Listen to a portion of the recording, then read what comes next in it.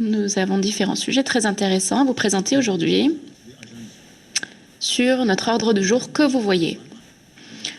Le premier jour, octobre, le 20 octobre, pardon. On avait donc les stratégies ISC et la réponse à la Covid-19. Le second jour, donc le 21 octobre, aujourd'hui, nous avons deux sujets extrêmement pertinents. La gestion effective de la vaccination et l'équipement de la chaîne du froid. Ce matin, nous avons déjà de 9h à midi, nous avons pu assister à des présentations courtes. Maintenant, de 15 à 16h, nous avons une plénière. Suite à la plénière, nous aurons 2 heures. Donc là, nous en sommes à la plénière de 15 à 16. Ensuite, nous aurons 2 heures de petits groupes. Après les petits groupes, nous aurons de 18 à 18h30 une cérémonie de fermeture, de conclusion. Nous aurons donc cette cérémonie, mais nous continuerons quand même encore de 18h30 à 19h30. Nous aurons le marché des fabricants. Ensuite, de 19h30 à 22h30, nous répéterons les courtes présentations de ce matin. Avant donc de commencer cette plénière, j'aimerais rappeler à tout le monde que tout ce qui est présenté à la conférence, les diapos, les vidéos, les contacts, etc., tout cela peut être trouvé sur la page de la conférence que vous voyez apparaître sur cette diapo. Vous pouvez sinon aussi utiliser le code QR, le lire, et cela vous mènera à la page de la conférence. Commençons notre plénière. J'ai l'honneur de vous présenter nos intervenants. Tout d'abord, nous avons Diana Changblad. Diana travaille sur l'immunisation depuis bien longtemps déjà. Actuellement, Diana travaille sur le renforcement des programmes dans les quartiers généraux de l'OMS. Nous travaillerons ensuite sur l'impact de la Covid sur les services d'immunisation et sur les principes d'orientation pour les activités d'immunisation durant les perturbations graves. Diana, la parole est à vous.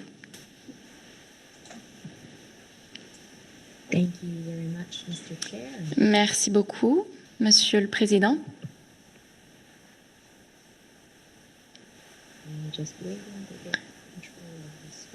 J'attends d'avoir contrôle de l'écran. Un peu trop loin.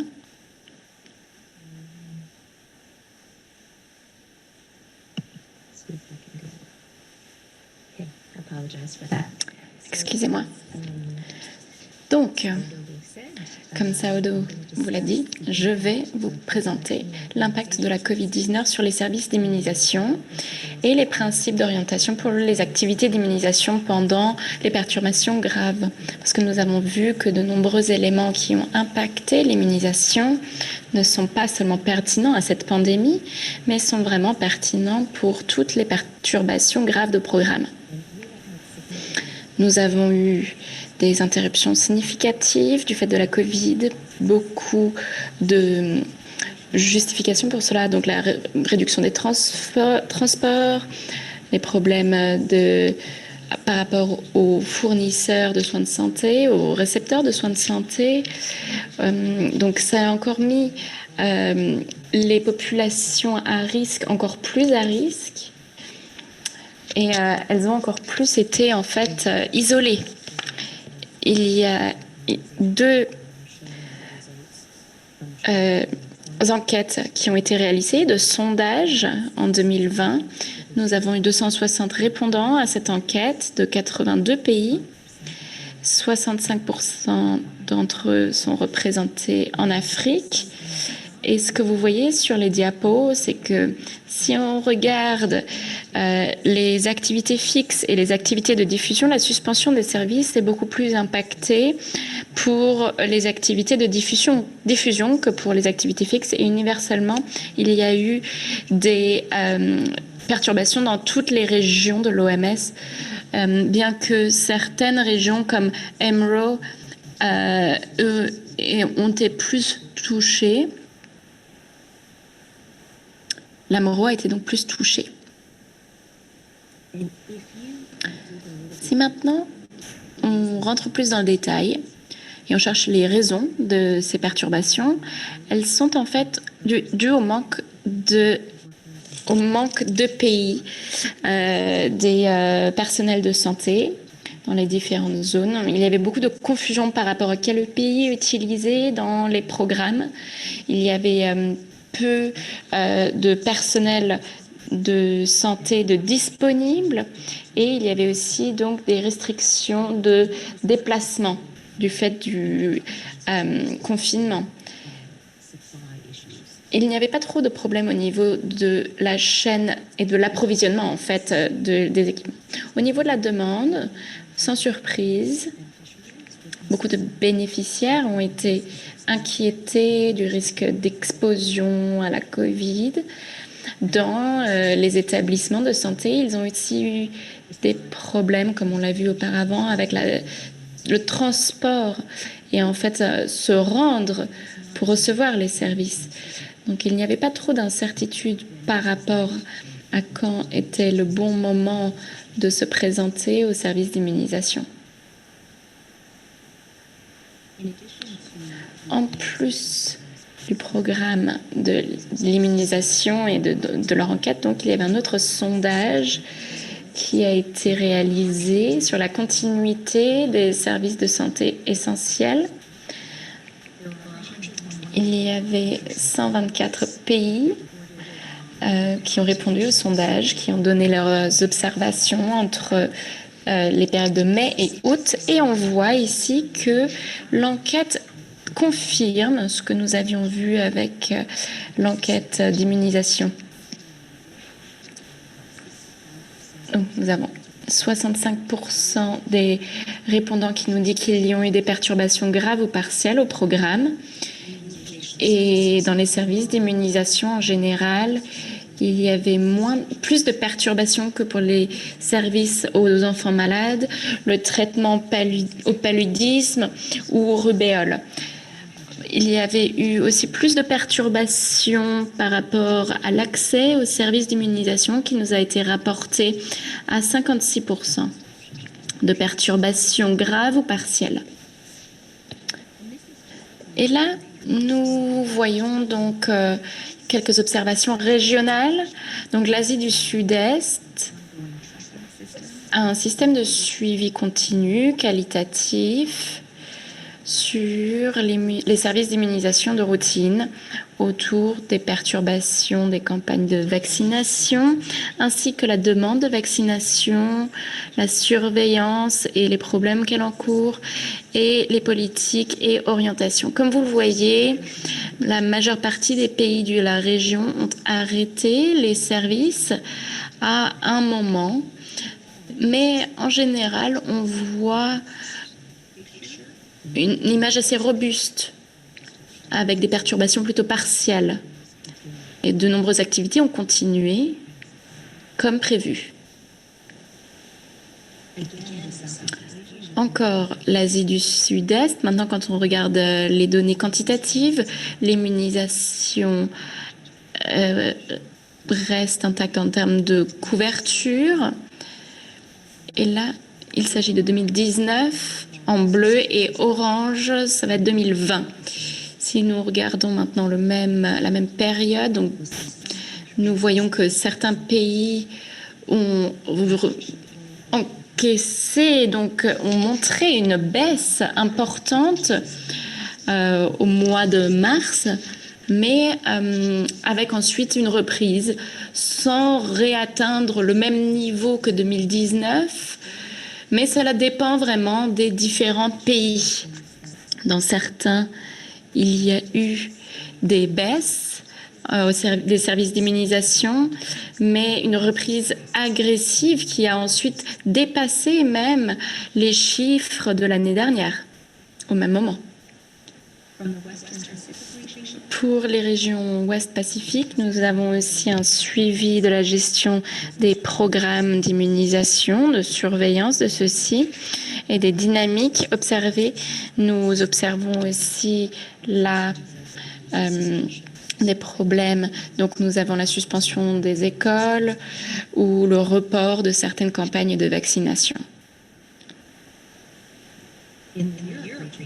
En Europe, on voit un déclin observable sur le reporting par rapport à la rougeole, suivant donc le confinement qui est représenté par la ligne verticale. Donc, vous voyez où le confinement a été déclaré de manière officielle dans les différents pays. Et ici, nous avons un renforcement de ce qui a été observé aussi au niveau global pour le réseau des laboratoires mondial pour la rougeole et la rubéole. Donc en fait, c'est un réseau de laboratoires qui permettent de détecter les manques de stock dans les différentes régions du fait de manque de transport, du manque de problèmes d'envoi d'équipements, de la disponibilité des différents stocks. L'interprète s'excuse, il y a des altercations. Il y a différentes entrées audio à la fois.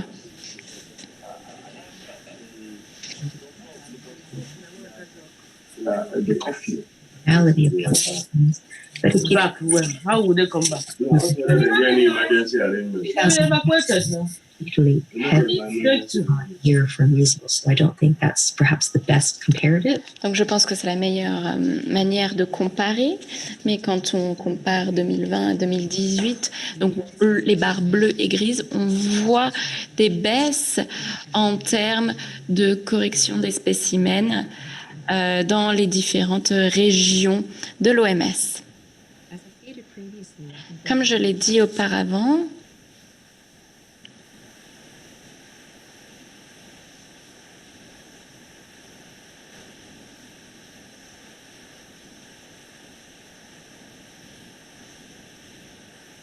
l'interprète s'excuse, il n'y a plus d'audio.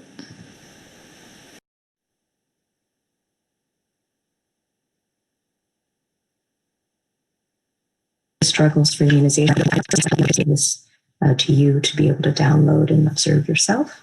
Donc vous pouvez accéder aux différents liens pour pouvoir télécharger ces présentations et les résultats des sondages. Nous avons un impact important aussi sur les différentes campagnes VPD qui ont été repoussées jusqu'au 1er octobre 2020. De nombreux pays donc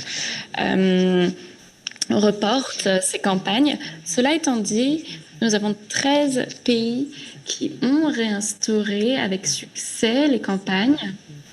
Donc, CAR Éthiopie, Somalie avec la rougeole, le Népal avec MR, l'Angal avec BOPV, le Soudan avec l'IPV. Et donc, vraiment, c'est possible, mais il faut une meilleure planification, une meilleure préparation, planification. Et nous voyons donc 13 pays en vert. Vous voyez de nombreux petits points. C'est là où les pays qui réalisent des planifications, des plans, donc différentes interventions, multiples interventions de campagne qui sont suivies tous les mois par l'OMS, toutes les semaines, par l'OMS, et pour voir où cela est faisable et où nous pouvons mettre en place ces campagnes de manière intégrée, efficace et pratique. Nous avons aussi développé un cadre décisionnel qui qui clairement délimite des algorithmes qui évaluent les risques et les avantages de campagnes de vaccination et l'implication de certains choix qui sont pris si on souhaite poursuivre une campagne ou plutôt la reporter.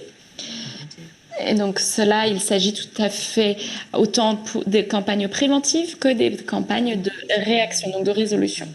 Une chose que nous pouvons retenir, qui a été réalisée, c'est en partie grâce à ThinkWell, qui a fourni un grand travail, c'est de voir aussi les coûts opérationnels estimés par dose. Donc, basé aussi sur les différents EPI nécessaires, les masques, les gants, les lunettes, le gel hydroalcoolique, etc. Donc, en tout, pour une immunisation de routine, nous avons recalculé les coûts opérationnels estimés cumulés par dose qui varient de 20 à 129%. Pour les campagnes qui ont une méthodologie similaire, le coût opérationnel estimé cumulé par dose, son augmentation est entre 49 et 159%. Donc là, on a vraiment des grandes différences.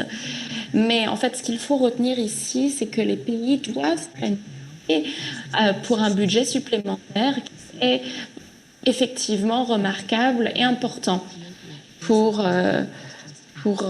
l'IPC.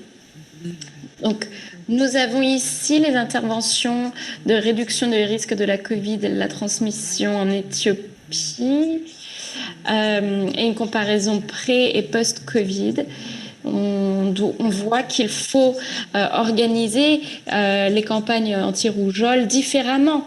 Après le Covid, il y a différents besoins supplémentaires. Il y a des besoins en équipement, en personnel, en équipe supplémentaires pour pouvoir réaliser donc des évaluations supplémentaires concernant les températures, le suivi de la Covid.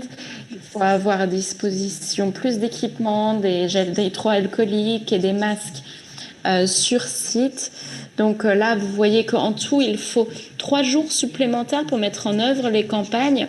C'est quelque chose à garder en tête, mais pas seulement donc un aspect financier supplémentaire, mais aussi un aspect temporel supplémentaire. Les services de santé essentiels ont déjà émis des orientations pour le maintien de leurs services pendant la Covid qu'il faut mettre en œuvre au plus tôt. L'OMS a aussi publié des orientations pour la planification et la mise en œuvre des stratégies de vaccination afin de ne laisser personne pour compte. C'est une stratégie qui ne concerne pas seulement les campagnes traditionnelles. C'est vraiment beaucoup plus large. Ici, il s'agit de s'assurer qu'il y a des politiques de vaccination, des plans, des plannings en place pour inclure vraiment tous les composants pour faciliter les campagnes et que tout le monde ait accès à leur dose de vaccination. Cette orientation nous ramène encore une fois au cadre décisionnel pour les urgences humanitaires qui est basé sur un cadre décisionnel qui délimite une approche basée sur des preuves qui peut être adaptée pour aider à prioriser les vaccins et les stratégies. Je vous laisse ici le lien vers le site, vers là où vous pourrez trouver de plus amples informations. La semaine dernière, nous avons eu une réunion d'experts où nous avons inscrit et noté les différents efforts réalisés par différents pays qui ont eu recours à différentes techniques, différents services.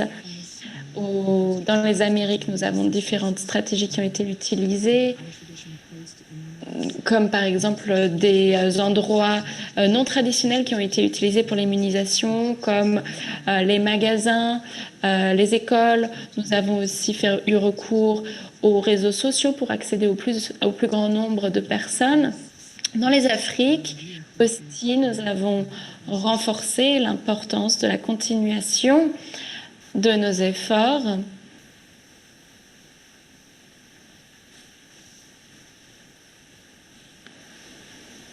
L'interprète s'excuse, encore une fois, le son s'est arrêté.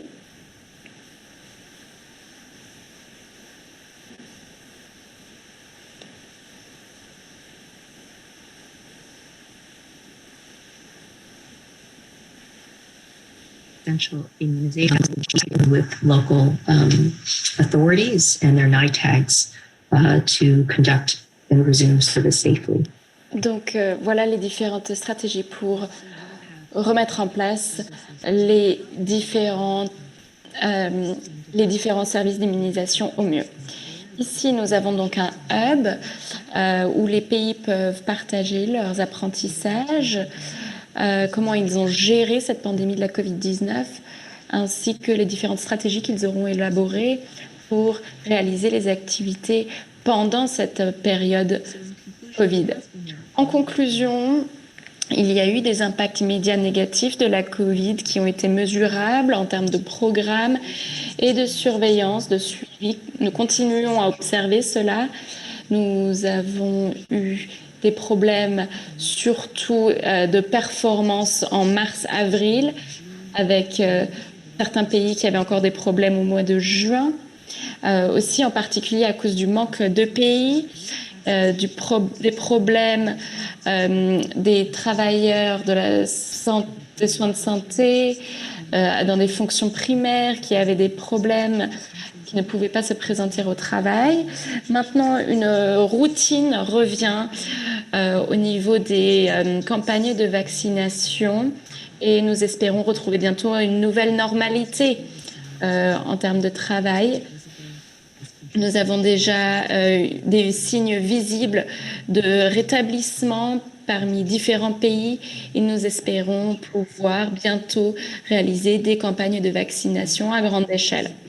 L'OMS va bientôt publier une déclaration des principes d'orientation qui ont été signés la semaine dernière par SAGE, qui améliore certains éléments qui ont déjà été articulés dans ma présentation et qui seront représentés dans la version nouvelle. Les documents maintenant vont se concentrer sur la pandémie de la Covid, en particulier sur les programmes d'immunisation, les chocs et les différentes perturbations. Ils améliorent la flexibilité et permettent un réajustement aux différentes situations qui changent continuellement aussi. Nous avons des résultats des résultats de certaines enquêtes qui ont été données, qui se basent vraiment sur les personnes, sur les données collectées. Nous avons vraiment aussi un point fort mis sur les travailleurs, le personnel de santé et leur travail, leur protection, leur formation. Nous soulignons aussi l'importance de la confiance du public dans la crise, dans la gestion de la crise. Donc en conclusion, je pense que nous avons tous vécu six vies lors des 6 derniers mois. Et l'orientation ici, le conseil que je peux vous donner, c'est d'utiliser nos expériences pour améliorer nos capacités, pour être plus résilients face aux chocs auxquels nous allons de nouveau devoir faire face lors de nos programmes d'immunisation. Merci beaucoup. Merci beaucoup, Diana, pour cet aperçu incroyable de l'impact de Covid sur l'immunisation et ce que vous avez fait pour vous renforcer les services d'immunisation à la suite de cette pandémie. Merci. Donc le second intervenant est Peter Bouquet-Boukoula, qui travaille avec McKinsey. Peter va parler de l'amour pendant la Covid. Comment est-ce que la résilience peut sauver les systèmes de santé sur le long terme? Peter, la parole est à vous. Merci beaucoup. Je suis ravi d'être présent avec vous aujourd'hui et j'aimerais partager mes impressions sur une présentation que j'ai intitulée « L'amour au temps du Covid, comment les chaînes d'approvisionnement résilientes peuvent-elles sauver les systèmes de santé sur le long terme ?» Donc, j'ai commencé par m'inspirer d'un prix Nobel de littérature de Gabriel Garcia Marquez dans son livre très connu « L'amour au temps du choléra » que vous avez sans doute lu. Il dit que l'humanité, comme une armée en campagne, avance à la vitesse du plus lent. Alors on pourrait transformer ça et dire les systèmes de santé sont comme les armées sur le champ de bataille et avancent à la vitesse du maillon le plus faible. Et dans ce cas-ci, s'agit-il des chaînes d'approvisionnement ? Donc les progrès que nous effectuons dans nos systèmes de santé dépendent réellement des progrès que l'on aura accomplis au sein de nos chaînes d'approvisionnement. Donc voilà les pensées que je voulais partager avec vous aujourd'hui. Quand on pense au contexte du continent africain et la situation liée au Covid-19, il y a de nombreux défis, mais que l'on peut attribuer directement aux faiblesses de la chaîne d'approvisionnement. Alors dans cette présentation, j'aimerais revenir sur 3 points. Tout d'abord, comprendre les systèmes de santé africains dans le contexte du Covid-19. Deuxièmement, expliquer en quoi des chaînes d'approvisionnement résilientes peuvent aider les systèmes de santé en Afrique. Et troisièmement, partager 3 idées que nos pays pourraient suivre pour avoir des chaînes d'approvisionnement plus résilientes. Commençons.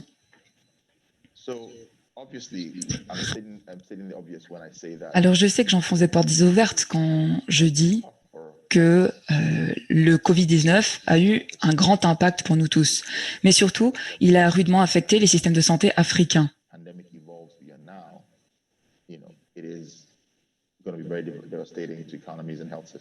Donc le Covid affecte un impact négatif sur nos économies.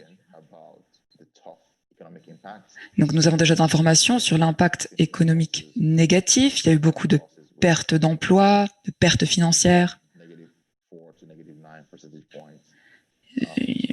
Il y a eu un déclin de 4 à 9 points au niveau des PIB en Afrique, mais aussi au niveau mondial. Nous avons vu des pertes d'emplois, un taux de chômage qui augmente également.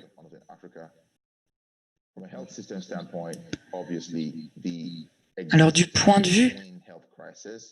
vue des systèmes de santé, nous sommes face à 2 crises.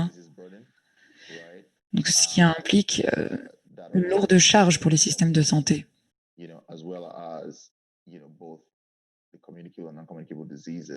Aussi bien des maladies transmissibles et non transmissibles. Donc tout cela a affecté le système de façon conséquente. Parce que l'Afrique se bat déjà contre de nombreuses épidémies, la fièvre jaune, la fièvre de Lassa, la rougeole.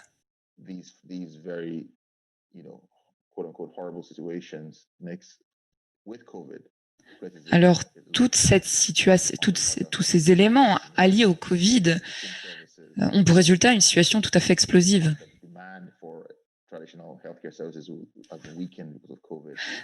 Alors, l'accès au système de santé ont aussi été affectés par la pandémie du Covid-19.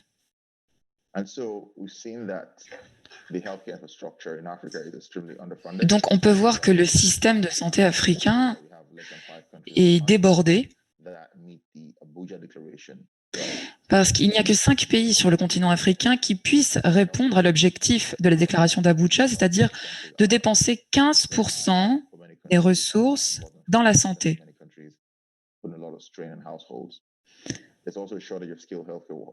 Il y a aussi trop peu de personnel de santé en Afrique. L'Afrique représentent 20% de la population et pourtant, seuls 3% n'ont accès qu'à 3% des travailleurs de la santé au niveau mondial. Donc, il y a un fossé de 60% en comparaison avec le seuil minimum établi par les ODD.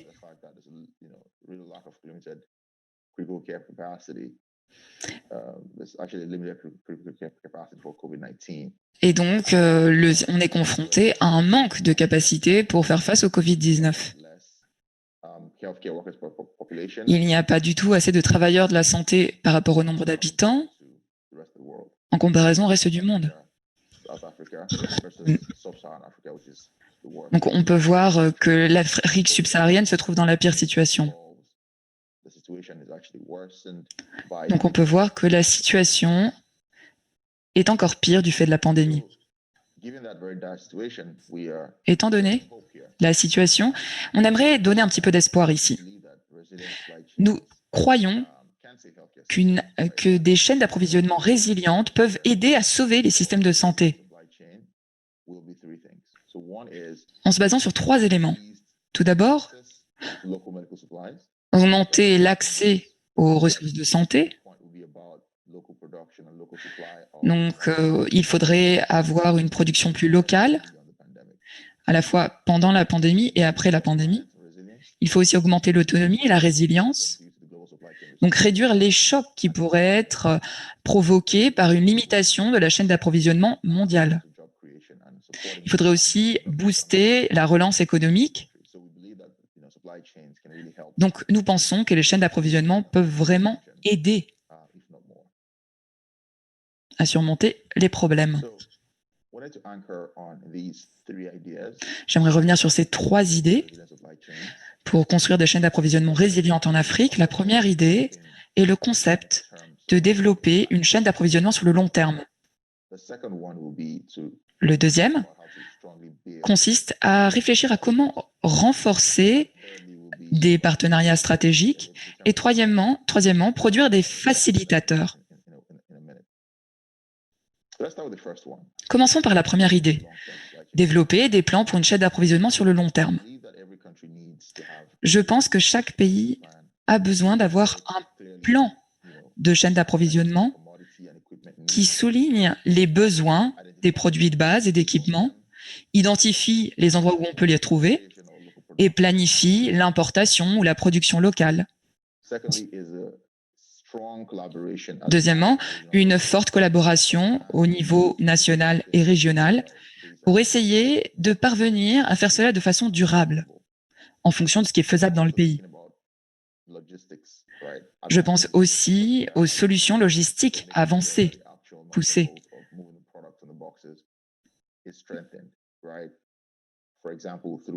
Par exemple, en utilisant des outils digitaux comme les systèmes de gestion d'information logistique. Et nous recommandons aussi que les pays créent un centre névralgique de la chaîne d'approvisionnement au niveau national, de façon à ce que des décisions puissent être prises et une stratégie soit mise en œuvre. Par exemple, il pourrait y avoir une réponse commune face au Covid-19 qui passerait par ce centre, de sorte d'agir de façon extrêmement efficace et d'exécuter cela de façon efficace également, en suivant un plan bien précis. Le deuxième pilier est de construire des partenariats stratégiques. Cela signifie de travailler avec les acteurs mondiaux existants, mais aussi de renforcer les capacités des fabricants locaux et d'établir des liens stratégiques entre eux. Deuxièmement, ne pas simplement se reposer sur le secteur public, mais aussi créer des liens avec le secteur privé au niveau de leurs capacités techniques, d'innovation. Et enfin, explorer des partenariats régionaux, ce qui permettrait d'avoir davantage de capacités, de compétences et d'harmoniser des politiques d'échanges commerciaux. Cela aurait un impact sur toute la région et sur le pays. Et la troisième idée, fournir des facilitateurs. C'est-à-dire, cela comprend aussi des compétences, c'est-à-dire créer des compétences avec des programmes de formation comme le FPT, aussi bien au niveau de la fabrication que de la chaîne d'approvisionnement. Deuxièmement, fournir des incitatifs financiers et non financiers au niveau des acteurs pour s'assurer d'agir de façon plus efficace. Par exemple, le gouvernement peut soutenir des investissements, établir des régulations. Donc, la grande idée à suivre, c'est qu'il faut appliquer ces trois idées dans tous les pays pour parvenir à une chaîne d'approvisionnement résiliente, aussi bien en Afrique que dans le monde. Alors, j'aimerais finir par deux études. L'une concerne l'Éthiopie, où le gouvernement a décidé de devenir un centre régional de production, d'approvisionnement. Donc, il y a eu un plan qui s'appelait plan de croissance et de transformation qui a été mis en œuvre. Et c'est une plateforme qui a pour objectif d'établir un cadre pour la stimulation de l'économie, mais aussi sur le secteur de la santé. Le gouvernement a donc soutenu la production locale de produits dans le domaine médical. Il y a aussi des avantages fiscaux pour l'accès au marché, mais il y a aussi une infrastructure dédiée pour soutenir cette production. Par exemple, le parc industriel de Kilinto, qui se concentrait sur la production de produits pharmaceutiques. Ils ont aussi établi un programme, une entité de régulation, le FDA1. Alors, ce n'est qu'un exemple. C'est un exemple de ce pays qui a choisi cette possibilité-là.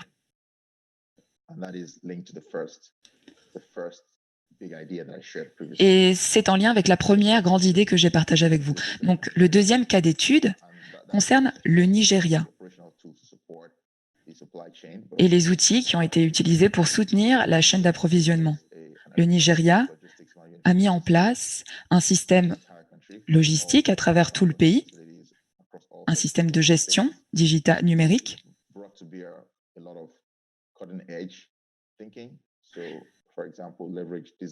Alors, par exemple, ils ont encouragé la réflexion sur la conception d'un système plus efficace.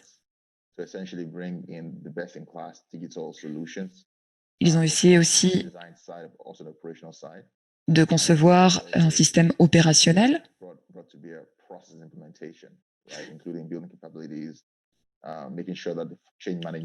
s'assurer que les experts sont bien sur le terrain pour créer des solutions. Et c'est ce qui a été mis en place dans le pays au cours de ces 2 dernières années. Et aujourd'hui, il dispose d'un centre de base de données avec une chaîne d'approvisionnement intégrée. Donc ce système, aujourd'hui, a été étendu au niveau des bases de données, mais aussi dans différentes chaînes d'approvisionnement. Donc voilà 2 exemples, 2 pays qui ont mis en œuvre les idées évoquées plus tôt.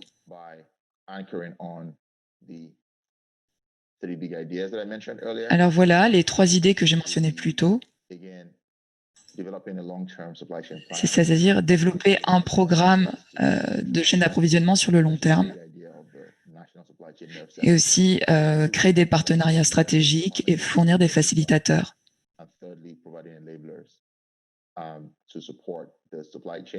Pour soutenir la chaîne d'approvisionnement et le système de santé dans son ensemble. Alors, merci beaucoup de m'avoir écouté.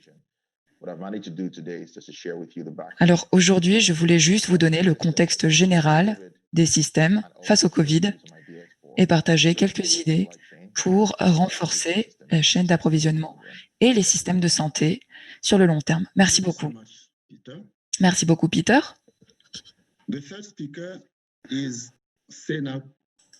Le troisième orateur est Sena.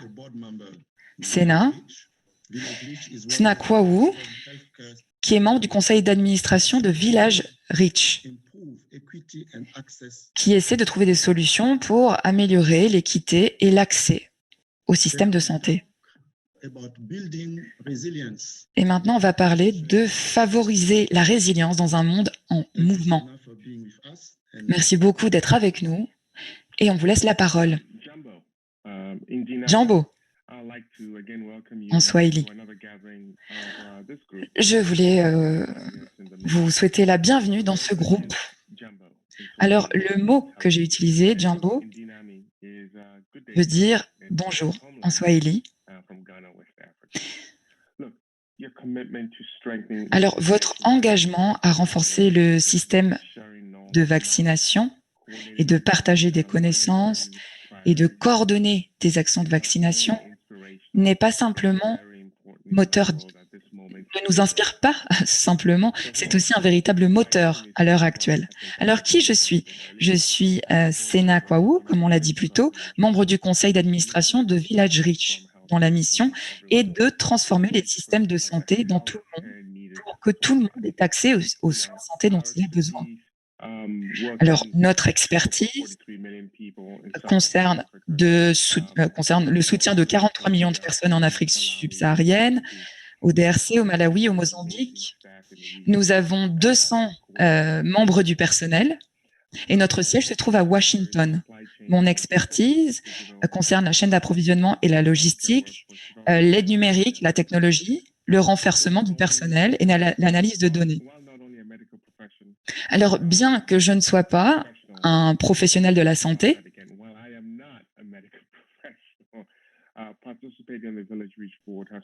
le fait de travailler chez Village Reach m'a permis d'avoir une compréhension extrêmement précise de votre travail et merci d'effectuer ce travail. Vous connaissez les faits, mais je pense que c'est important que vous vous souveniez de l'impact que vous avez sur le monde. Vous avez permis d'augmenter l'accessibilité des vaccins. On est passé de 5% en 1970 à 80% en 2019. Vous avez permis de prévenir le décès de 2 millions d'enfants. Vous avez favorisé la vaccination du DTP et de la rougeole. Et on avait un taux de 85% en 2019. Et je suis fière de dire qu'au Ghana, mon pays d'origine, le taux de vaccination, de couverture vaccinale était de 93%. Vous avez aidé à éradiquer la polio. Et moi, en tant qu'enfant qui a grandi au Ghana, j'aimerais vous remercier de m'avoir donné l'opportunité de devenir la personne que je suis aujourd'hui. Alors, vous participez à cette conférence et nous sommes face à un défi conséquent. Savoir comment réagir au Covid-19, revoir les stratégies de la chaîne d'approvisionnement et la gestion efficace des vaccins, ainsi que la chaîne du froid. En tant qu'ancien responsable de la chaîne d'approvisionnement chez Starbucks, je dois dire que ce n'est pas rien. Alors j'aimerais voler une phrase d'un de mes voisins qui disait « 25 années de progrès de vaccination sont menacées par ces quelques semaines de Covid-19 ». Avant ça, nous avions affronté certains défis, par exemple les activités face aux enfants zéro dose. Et le tsunami arrive et nous avons deux options, soit fuir, soit chercher un endroit surélevé. Mais le terrain surélevé est difficile à atteindre. Il nous faut changer notre approche.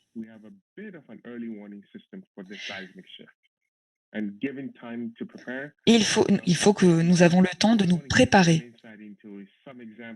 Et j'aimerais vous donner quelques exemples du secteur privé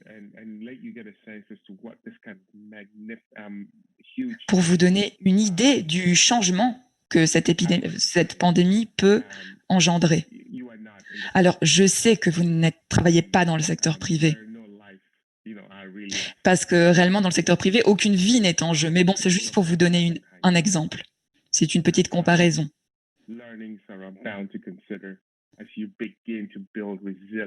Parce qu'il faut commencer à construire la résilience.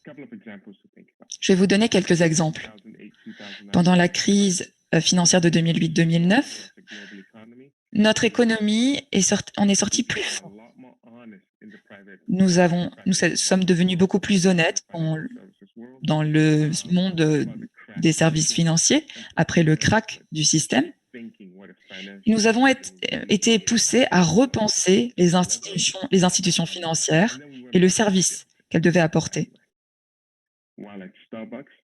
Alors, à Starbucks notamment, nous avons essayé de repenser l'approvisionnement comme un véhicule créatif mondial au lieu d'être simplement une source de profit. Par exemple, Starbucks, la plus grande chaîne d'approvisionnement en café, pourrait simplement s'approvisionner auprès de quelques pays. Mais en fait, elle s'approvisionne auprès de plus de 20 pays dans le monde.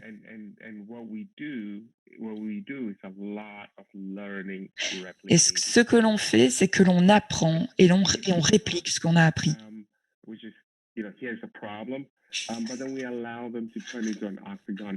Alors, on donne à chacun une boîte que vous devez remplir, mais vous pouvez l'adapter à votre propre environnement. Alors, si je vous raconte cette histoire, ce n'est pas simplement pour théoriser des grands concepts, mais pour dire qu'il faut s'adapter au contexte précis pour s'approvisionner. Alors, vous pensez que vous n'avez qu'une seule solution. Revenir avec une boîte à moitié vide, ou alors plutôt vous arrêter le long du chemin pour voir les fournisseurs et vous approvisionner tout au long de votre route. Et vous créez de la richesse tout au long de votre chemin. L'interprète s'excuse, il y a un bug vidéo.